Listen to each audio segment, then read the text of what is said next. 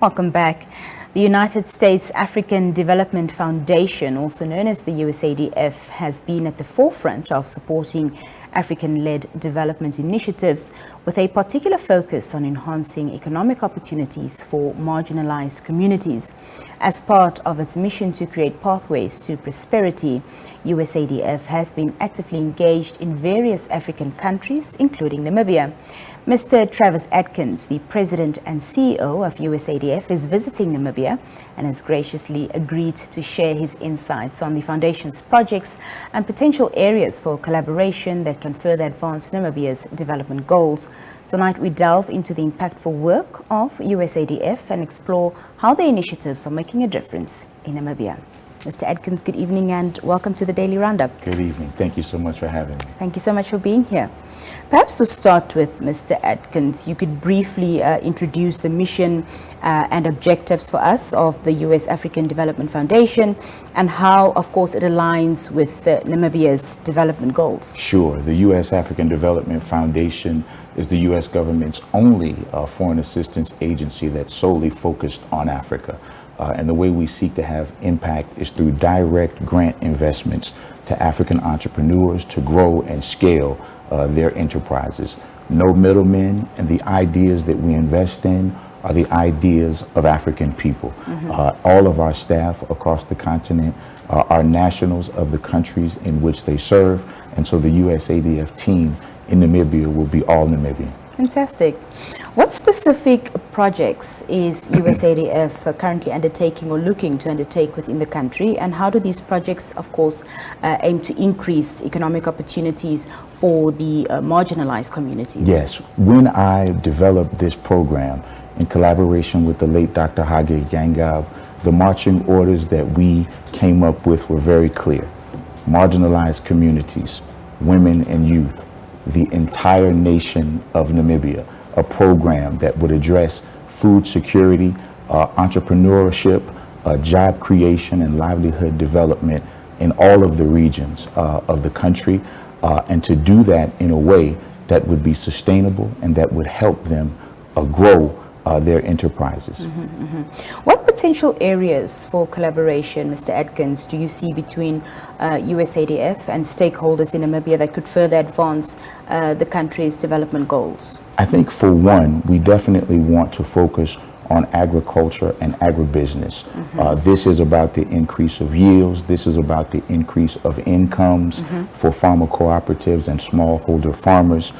This is about developing locally produced products that can have value added to them, that can be readied for export to the U.S. and other international markets, as well as a wide range of other entrepreneurship endeavors in the digital space and even in the creative industry space. And how does the USADF ensure sustainability of its projects? Well, the first thing is that the projects actually belong to the people whom we serve and who we partner with. And so in our selection criteria, we're looking for enterprises and entrepreneurs that can demonstrate the capacity to have a business that can scale, that can grow, that can produce results not just for the entrepreneur, but for the local community. And since 80 to 90% of all businesses globally are small and medium enterprises, we focus there. And then on the demographic front, we choose to focus specifically on women and youth, both of whom are marginalized communities, but they're actually also majority communities. And so focusing on that demographic in the small and medium enterprise space is where we hope to have the greatest impact. You mentioned quite a few sectors earlier, and the agribusiness was one of them. So talk to us about, what the long-term goals for the initiatives would be. Yeah, I think the first one, of course, is food security for the people of Namibia as a nation. In addition to that, to begin to support the smallholder farmers to grow their enterprises, to look at the development of commercial farming, and again, to look at adding to the exports of Namibia. So far, we've been celebrating the beef exports. We've been celebrating the Windhoek lager. We've been celebrating the charcoal. And what we want to do is help the people of Namibia to add to that list continually in a way that can produce impacts for the gross domestic product, as well as for local communities. Fantastic. Well, talk to us about your visit to Namibia, of course, how long you're going to be and exactly what you'll be undertaking during your time here. Yes, it's just been a 2 or 3 day trip. We did make a site visit to one of our future grantees that's coming up, Africa Connect. We also met with our wonderful U.S. Ambassador to Namibia, Mr. Randy Berry. And then today we had the launch event for this 2.5-year process that we've gone through to get this partnership together. Of course, 5 years, $10 million, co-funded equally by the government of the United States and the government of Namibia.